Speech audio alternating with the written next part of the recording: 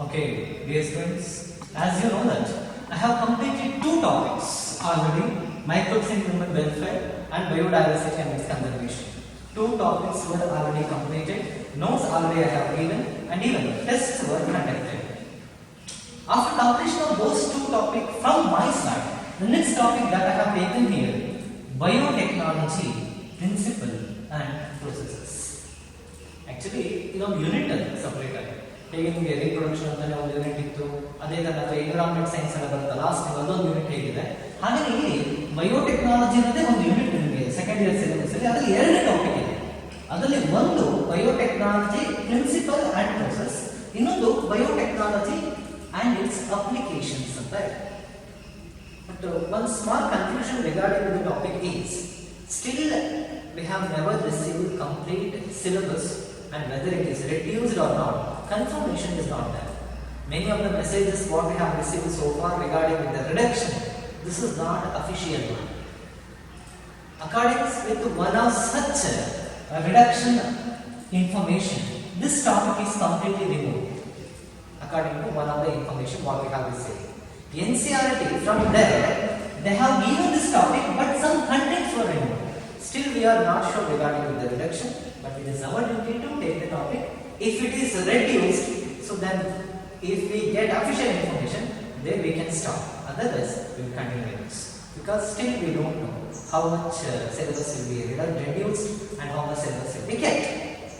Fine. The name of the topic here, biotechnology, principle and process. Principle ಏನು process ಏನು ಅಂತ ಮುಂದೆ ನೋಡೋಣ. ಅದಕ್ಕೂ ಮೊದಲು ಇಲ್ಲಿ ಬಯೋಟೆಕ್ನಾಲಜಿ ಏನು ಅಂತ ಗೊತ್ತಾಗಬೇಕು.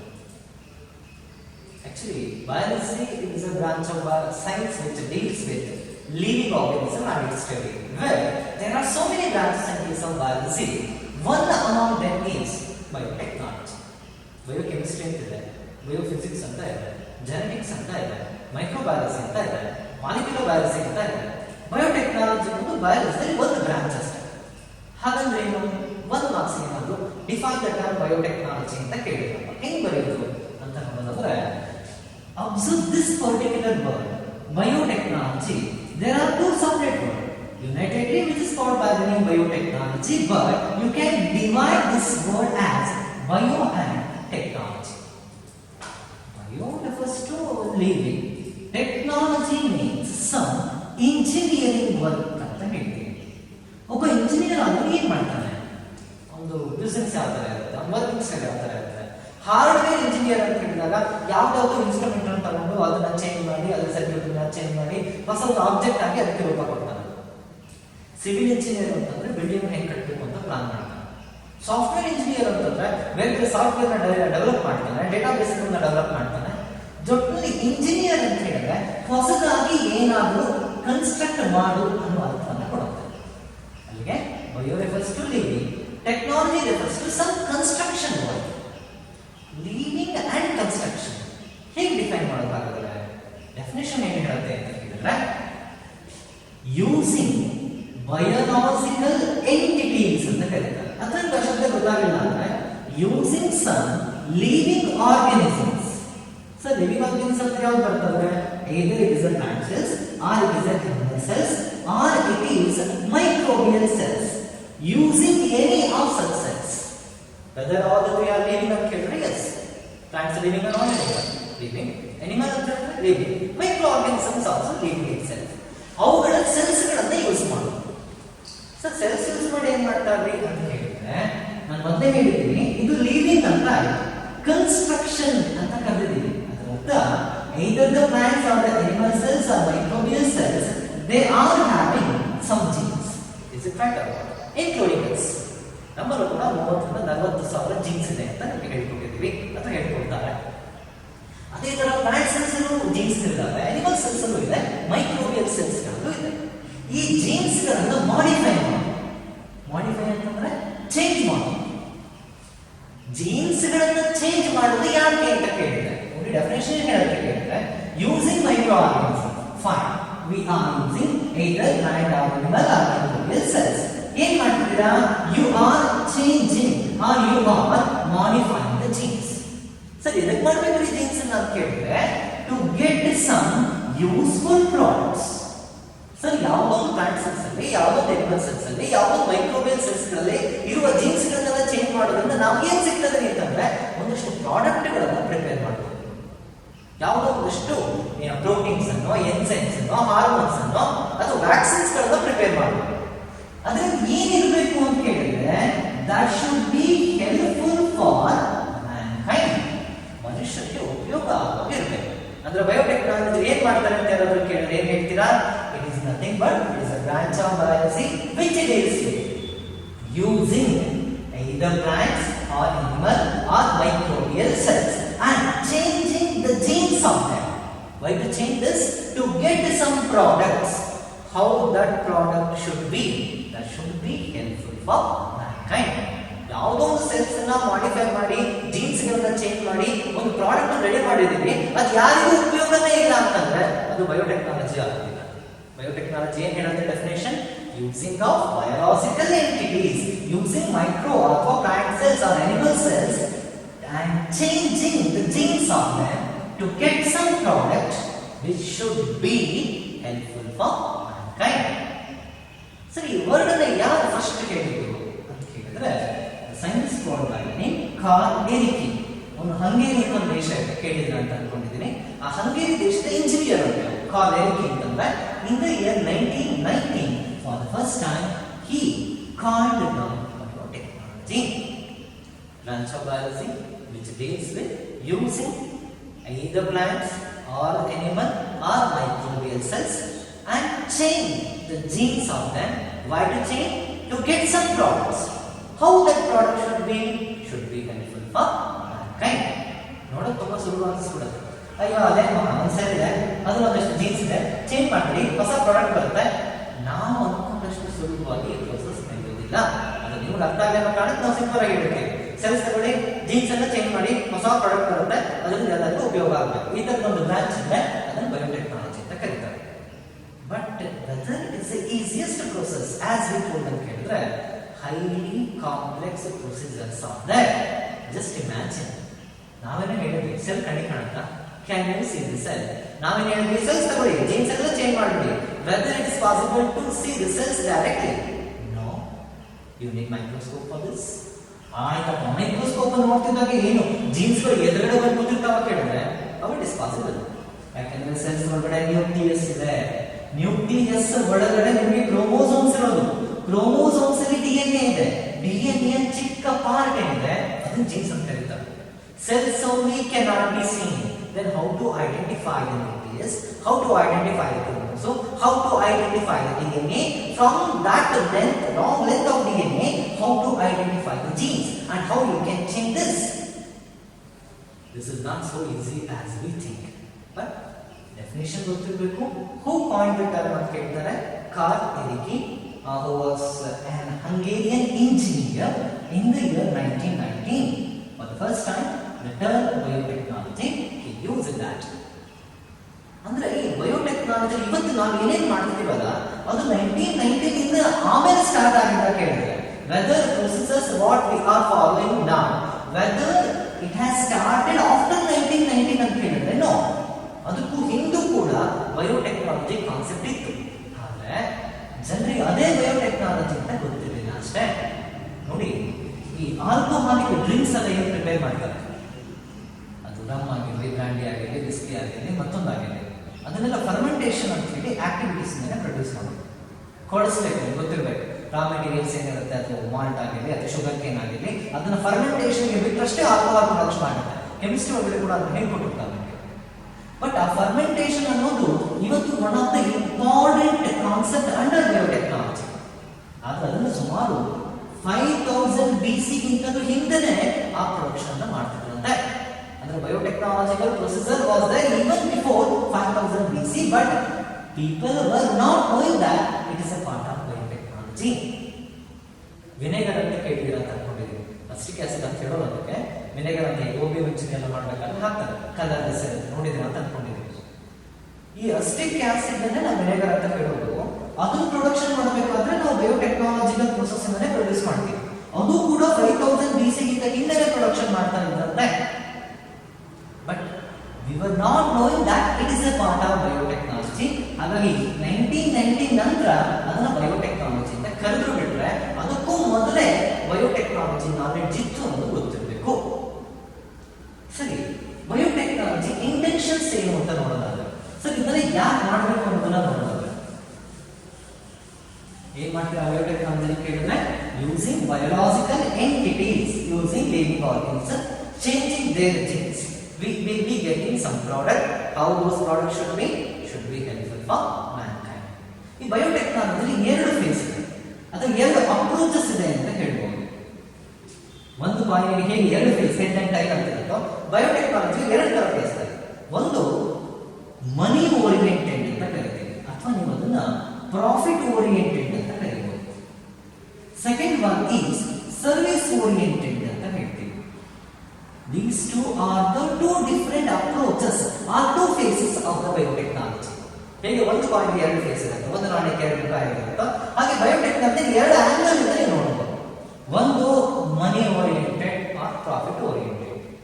ಯಾವುದೋ ಸೆಲ್ಸ್ ನ ತಗೊಳ್ತೀವಿ, ಆ ಸೆಲ್ಸ್ ಜೀನ್ಸ್ ಗಳನ್ನ ಚೇಂಜ್ ಮಾಡ್ತೀವಿ, ಯಾವುದೋ ಒಂದಷ್ಟು ಪ್ರಾಡಕ್ಟ್ ಬರುತ್ತೆ, ಆ ಪ್ರಾಡಕ್ಟ್ ಪ್ರೋಟೀನ್ ಆಗಿರ್ಬೋದು, ಎನ್ಸೈಮ್ ಆಗಿರ್ಬೋದು, ಹಾರ್ಮೋನ್ ಆಗಿರ್ಬೋದು, ವ್ಯಾಕ್ಸಿನ್ಸ್ ಆಗಿರ್ಬೋದು, ಅದನ್ನ ಮಾರ್ಕೆಟ್ಗೆ ರಿಲೀಸ್ ಮಾಡ್ತೀವಿ, ಕೈ ತುಂಬಾ ದುಡ್ಡು ಸಿಗುತ್ತೆ.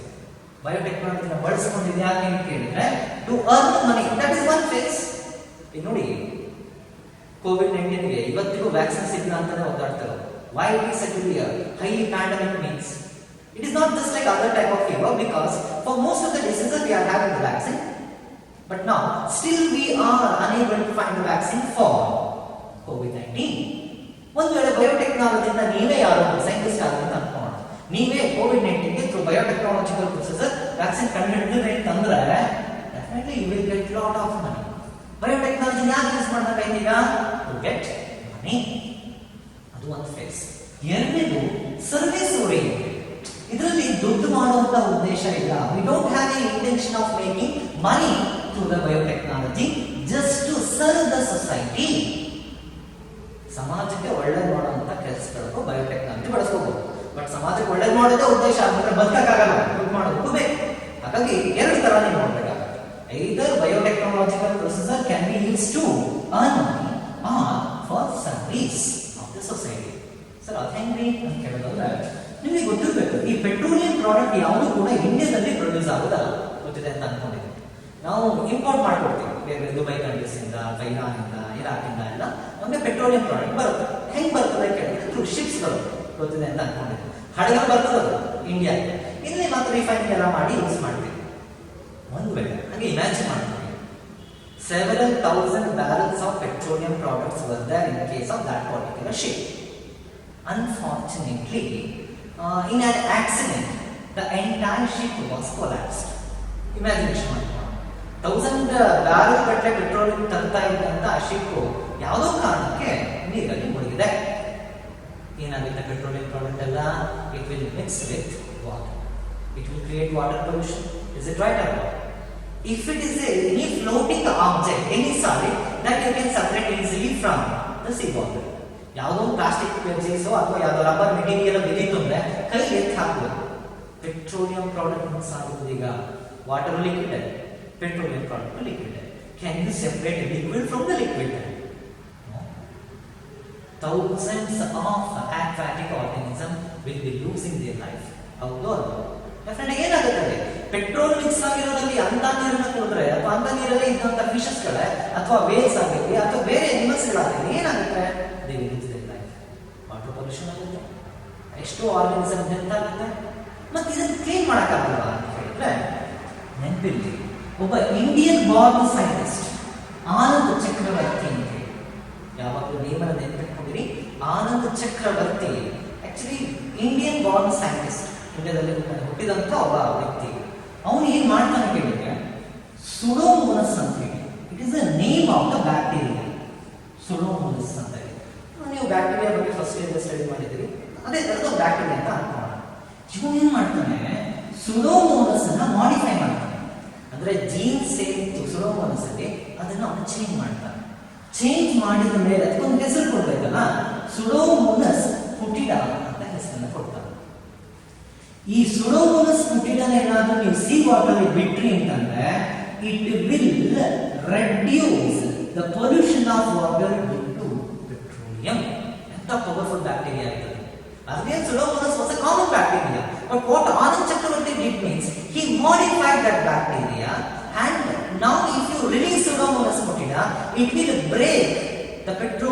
chain would be there, the aromatic chain. It will be broken down and extent of pollution will be reduced.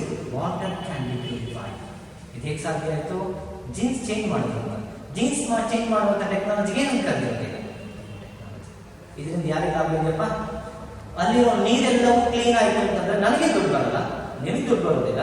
But ಪ್ರಕೃತಿಗೆ ಒಳ್ಳೇದಾಯಿತು ಅಂತಂದ್ರೆ ಇದನ್ನು ನೀವು ಮನಿ ಓರಿಯೆಂಟೆಡ್ ಅಂತ ಕರಿತೀರೋ ಅಥವಾ ಇದನ್ನ ಸರ್ವಿಸ್ ಓರಿಯೆಂಟೆಡ್ ಅಂತ ಕರಿತೀರೋ? ಸರ್ವಿಸ್ ಓರಿಯೆಂಟೆಡ್ ಅಂತ ಕರಿಬೇಕಾಗುತ್ತೆ. ಆ ಬ್ಯಾಕ್ಟೀರಿಯಾಗೆ ನಾವು ಸೂಪರ್ ಬಗ್ ಅಂತ ಕೂಡ ಕರಿತೀವಿ. ನೆನ್ಪಿಟ್ಕೊಂಡಿರಿ, name the bacteria which is popularly known as super bug ಅಂತ ಕರೀತಾರೆ. ಆಗ ನೀವೇನ್ ಬರೀತೀರಾ ಕೇಳಿದ್ರೆ ಸುಡೋಮೋನಸ್ ಫುಟಿಲಾ ಅಂತ ಬರೀಬೇಕಾಗುತ್ತೆ. ಹೂ ಕನ್ಸ್ಟ್ರಕ್ಟೆಡ್ ದಿಸ್ ಬ್ಯಾಕ್ಟೀರಿಯಾ ಅಂತ ಕೇಳಿದ್ರೆ ಆನಂದ್ ಚಕ್ರವರ್ತಿ ಅಂತ ಕರಿಬೇಕು. ಏನಕ್ಕೆ ಅದು ಕೇಳಿದ್ರೆ in order to purify the contaminated sea water. ನೀವು ಮತ್ತೆ ಬಕೆಟ್ ಎಲ್ಲ ತುಂಬಿಸಿ ಚೆಲ್ಲಿ ನೀವು ಕ್ಲೀನ್ ಮಾಡ್ತೀರಾ? ಸಮುದ್ರದ ನೀರದು ಸಣ್ಣ ಬಕೆಟ್ ಅದು okay.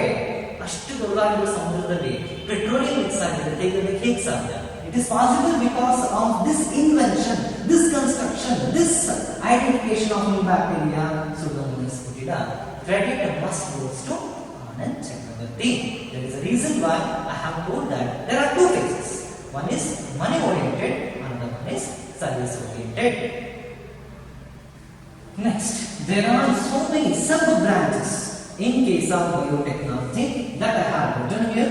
Plant biotechnology, medical biotechnology, industrial biotechnology, animal biotechnology, marine biotechnology, environmental biotechnology.